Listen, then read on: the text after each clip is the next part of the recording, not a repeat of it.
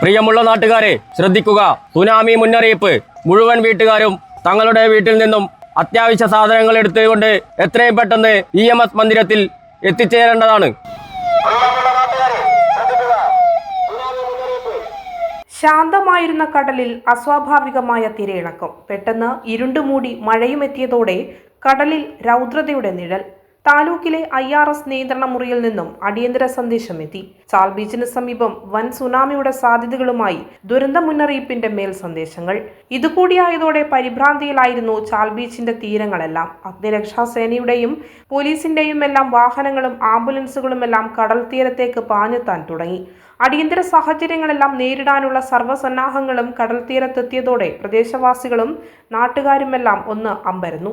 Tsunami ദുരന്ത മുന്നറിയിപ്പിനെ തുടർന്നുള്ള രക്ഷാപ്രവർത്തനത്തിന്റെ ഭാഗമായുള്ള ഒഴിപ്പിക്കൽ നടപടികളുടെ നേർക്കാഴ്ചകൾക്കാണ് പിന്നീട് ഈ തീരം സാക്ഷ്യം വഹിച്ചത്. മണിക്കൂറുകൾ നീണ്ടുനിന്ന കൂട്ടായ പരിശ്രമങ്ങളിൽ 50ഓളം കുടുംബങ്ങളെയും സുരക്ഷിത സ്ഥാനത്തേക്ക് മാറ്റിയതോടെയാണ് ആശങ്കകൾക്കെല്ലാം വിരാമമായത്. മോക്ക് ഡ്രില്ലിന് മുന്നോടിയായി പ്രദേശവാസികൾക്ക് അറിയിപ്പ് നൽകിയിരുന്നുവെങ്കിലും സന്നാഹങ്ങളുടെ കൃത്യതയായിരുന്നു ഒരു നിമിഷം നാടിനെയും ജാഗ്രതയിലാക്കിയത്. ദേശീയ ദുരന്ത നിവാരണ അതോറിറ്റി നിർദ്ദേശാനുസരണം അഴീക്കോട് ചാൽ ബീച്ചിൽ നടന്ന റെഡി സുനാമി മോക്ക് ഡ്രില്ലാണ് ദുരന്ത പ്രതികരണ മുന്നൊരുക്കത്തിന്റെ മാതൃകയായത്. റവന്യൂ, അഗ്നിരക്ഷാസേന, പോലീസ്, ആരോഗ്യവകുപ്പ്, തദ്ദേശ സ്വയംഭരണ വകുപ്പ് തുടങ്ങി വിവിധ വകുപ്പുകളും സന്നദ്ധ പ്രവർത്തകരും മോക്ക് ഡ്രില്ലിൽ ജാഗ്രതയോടെ പ്രവർത്തിച്ചു.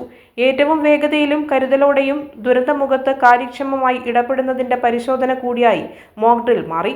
വ്യാഴാഴ്ച രാവിലെ 10 മണിയോടെ ജാഗ്രതാ മുന്നറിയിപ്പ് ലഭിച്ചതോടെ പ്രദേശത്ത് അപായ സൈറൻ മുഴങ്ങുകയും പ്രദേശവാസികളെയെല്ലാം ദുരന്ത സാധ്യതകൾ അറിയിക്കുകയും ചെയ്യുക എന്നതായിരുന്നു ഫീൽഡ് തല ആദ്യ നടപടികൾ. എല്ലാ വീടുകളിൽ നിന്നും സ്ഥാപനങ്ങളിൽ നിന്നും അതിവേഗം ആളുകളെ കുടിയൊഴിപ്പിക്കുകയെന്നതായിരുന്നു അടുത്ത ലക്ഷ്യം. മണിക്കൂറുകൾ നീണ്ട സുനാമി മുന്നൊരുക്ക രക്ഷാപ്രവർത്തനങ്ങൾക്ക് വിവിധ വകുപ്പുകൾക്കൊപ്പം നാടെല്ലാം പങ്കാളികളായി.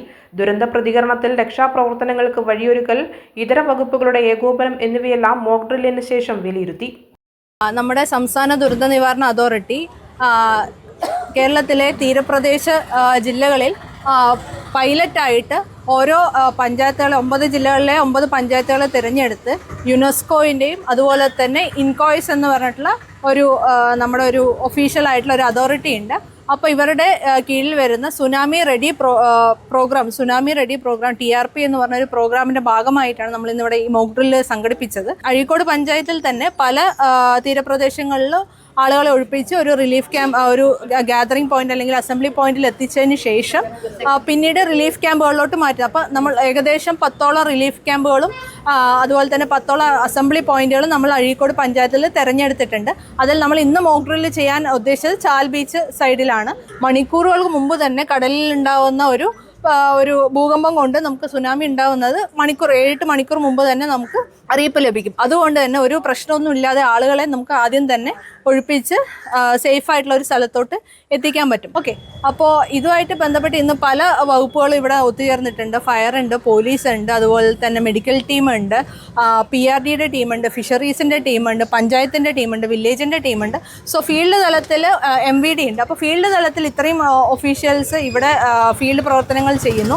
ഇത് കൂടാതെ തന്നെ നമ്മൾ താലൂക്ക് ഹെഡ്ക്വാർട്ടേഴ്സിൽ നിന്ന് അവിടെ IRS ഇൻസിഡൻറ്റ് റെസ്പോൺസ് സിസ്റ്റം എന്നൊരു സിസ്റ്റം, അതായത് ഈ ഫീൽഡിലെ പ്രവർത്തനങ്ങൾ ക്രോഡീകരിക്കുന്നതിന് വേണ്ടിയിട്ട് ഇവരുടെ ഹയർ ഒഫീഷ്യൽസ്, ഈ പറയുന്ന എല്ലാ ഡിപ്പാർട്ട്മെൻറ്റിൻ്റെയും ഹയർ ഒഫീഷ്യൽസ് താലൂക്കിൽ നിന്ന് ഇത് കൺട്രോൾ ചെയ്യുന്നു.